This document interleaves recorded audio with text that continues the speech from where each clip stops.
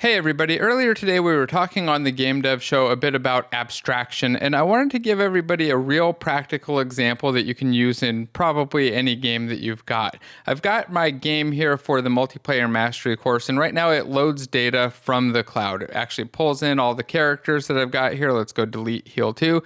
That setup all works through Unity's Cloud Code and Cloud Save, but if I want to switch over to Steam or maybe do local files, it's really simple. And that's because I set my stuff up to be abstracted pretty much from the start, but I do it in a really simple way. Let me show you. Let's start with the character create process. I'm going to make a character named Jason Mage, have him be a mage, and hit create. And let's take a look at what code was run to do that.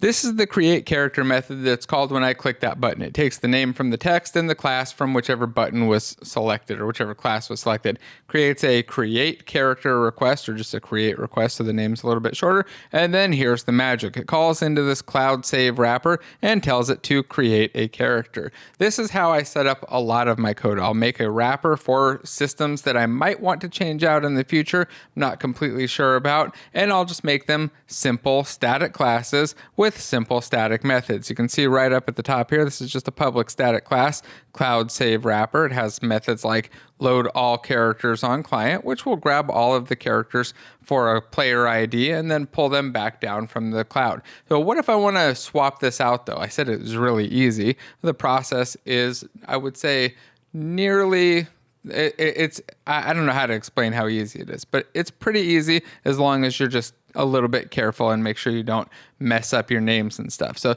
the first step is pretty simple. I want to keep my cloud save wrapper, but I want to extract out the behavior. So what I like to do is just add in a new type here that my cloud save wrapper will call into. And in fact, I would rename this to save wrapper. Let's take a look. Here we go with a quick rename from Cloud Save Wrapper to Save Wrapper and a quick update of all of my methods. I've taken the static async methods and changed them so that they don't actually do anything but call into this save wrapper and a method that's named exactly the same. So the process here is just create a new class. Here I created a new local save class. I've added an interface afterwards, a local save class that had absolutely nothing in it.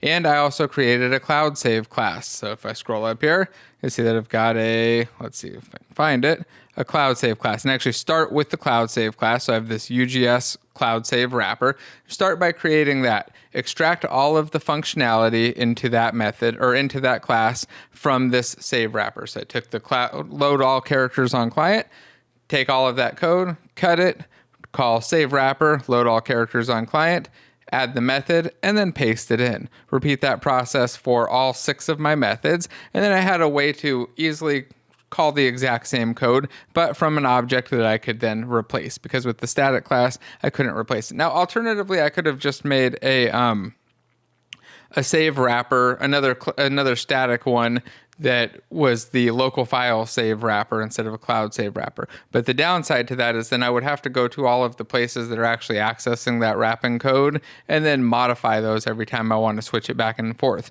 With a setup like this where I've just renamed it to save wrapper, added another level of indirection here. So we've got another thing that we can swap out. In this case, it's this iSave interface version of the local save.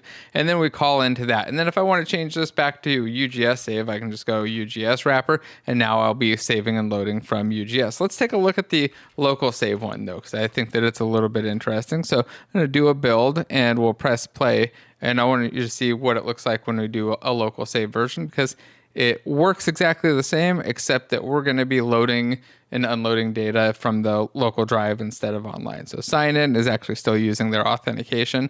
They notice that the characters came back instantly though. And I call this character Jason Warrior. I'll click the warrior, hit create. I instantly get a character and I should be able to log him in. Yep, go grab some loot, run out, and have my character persist. And if I stop playing, I can actually go find the data for this, because the folder that I saved it in is this save data folder.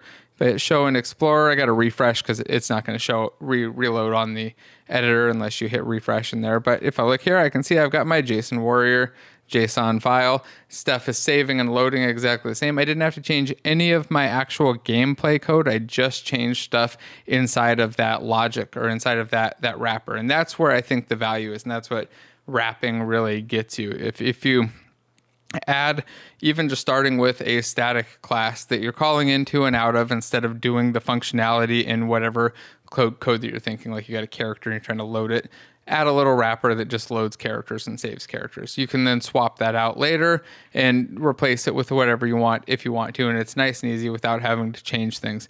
This is, of course, just one of many examples of ways that you can wrap and abstract stuff, but I thought it was kind of a useful one, something that people had been asking about, and it was something I was going to add into the multiplayer mastery course this weekend anyway, so I thought it would be a fun one to talk about and share with everybody. If you have abstraction ideas or questions, drop them in the comments. I'd be curious to know like what types of abstractions you guys are all finding really useful, and what things are still confusing, what doesn't make sense with the abstraction, and how you would do these swaps and stuff. So if you got questions about those, I'd love to hear them, and I'd also just love to hear what kind of other ideas you guys have on that stuff. Anyway, thanks again. Don't forget to like, subscribe, check out the links in the description. The mastery course is still live. We've got the dedicated server module going over the extraction game now. I'll share the link in the description, but I'll see you all in the next video. Bye.